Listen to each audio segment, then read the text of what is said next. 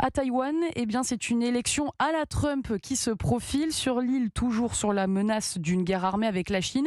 Terry Gou, l'un des hommes les plus riches de Taïwan, présente sa candidature à l'élection présidentielle prévue le 13 janvier prochain.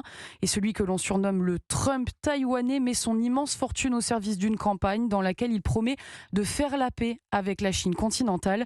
Son portrait avec Sébastien Lebelzik. Ils ont presque le même âge et la même fortune à quelques milliards près.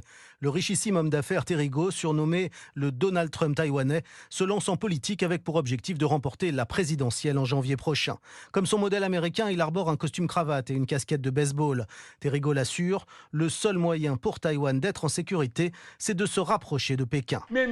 Malgré les menaces de guerre avec Taïwan et entre la Chine et les États-Unis, je ne laisserai jamais Taïwan devenir la prochaine Ukraine.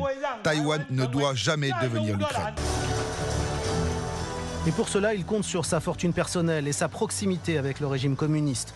Le patron de Foxconn est le plus important employeur privé de Chine, où ses usines emploient plus d'1 million de personnes et assemblent notamment les iPhones d'Apple.